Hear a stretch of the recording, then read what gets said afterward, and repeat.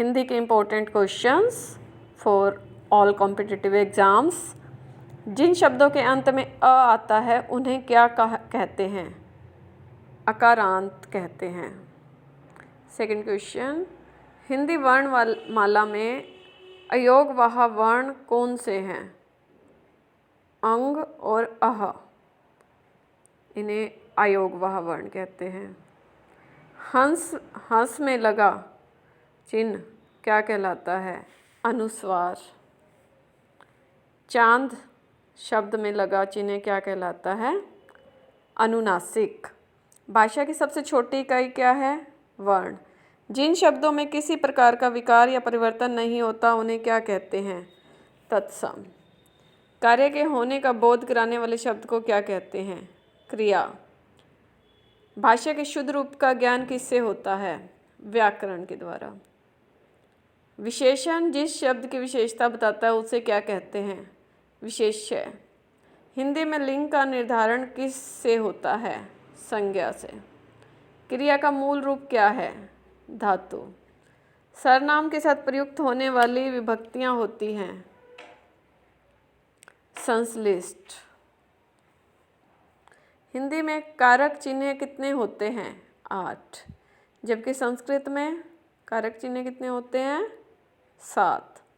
संज्ञा के कितने प्रकार हैं? 5। व्यक्तिवाचक, जातिवाचक, भाववाचक, समूहवाचक और द्रव्यवाचक। वे शब्द जो विशेषण की भी विशेषता बताते हैं उन्हें क्या कहते हैं? प्रविशेषण।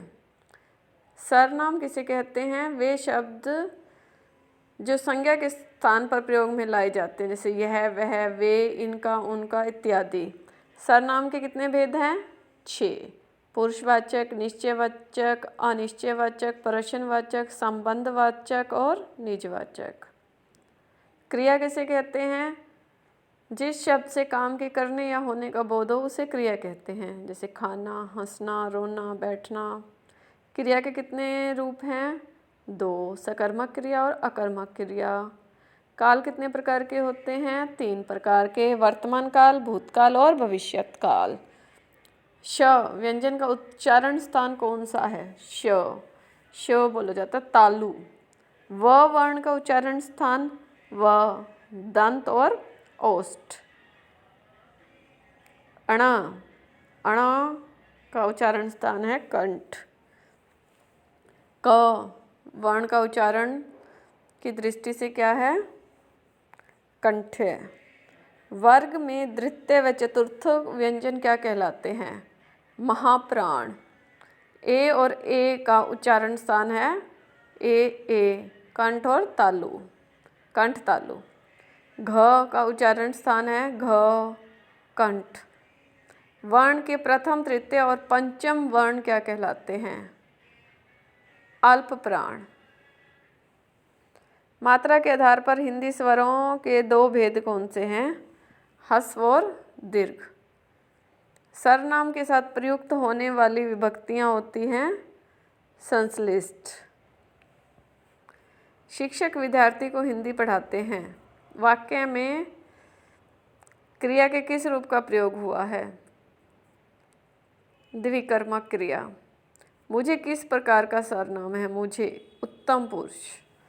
मानव शब्द का विशेषण बनेगा मानवीय। चिड़िया आकाश में उड़ रही है। इस वाक्य में उड़ रही है क्रिया किस प्रकार की है?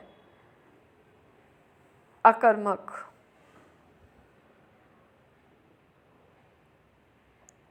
पशु शब्द का विशेषण पाशविक।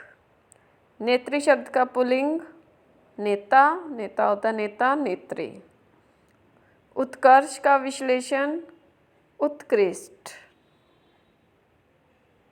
काम का तत्सम कर्म। दूध का तत्सम दुग्ध। प वर्ग का उच्चारण मुंह के किस भाग से होता है? प का होता है ओष्ठ से। च, छ, ज, झ व्यंजनों के उच्चारण में मुखांगों के व्यवहार के आधार पर क्या नाम दिया गया है? च, छ, ज, झ तालव्य। मुझे किस प्रकार का स्वरनाम है? उत्तम पुरुषवाचक। वह धीरे धीरे आ रहा है वाक्य अवयव के किस भेद में के अंतर्गत आता है? क्रिया विशेषण। मानव शब्द से विशेषण बनेगा मानव से मानवीय। चिड़िया आकाश में उड़ रही है, इस वाक्य में उड़ रही है क्रिया किस प्रकार की है? अकर्मक। रिपीट हो रहे हैं क्वेश्चन। बुढ़ापा भी एक प्रकार का अभिशाप है, इस वाक्य में बुढ़ापा शब्द की संज्ञा का भेद। बुढ़ापा शब्द कौन सा भेद है संज्ञा का? भाववाचक संज्ञा। आलस्य शब्द का विशेषण क्या है? आलसी। प्रवृत्ति का विलोम निवृत्ति। प्रवृत्ति विलोम निवृत्ति। अंतरंग का विलोम अंतरंग बहिरंग। गुप्त का विलोम प्रकट। Thanks for joining.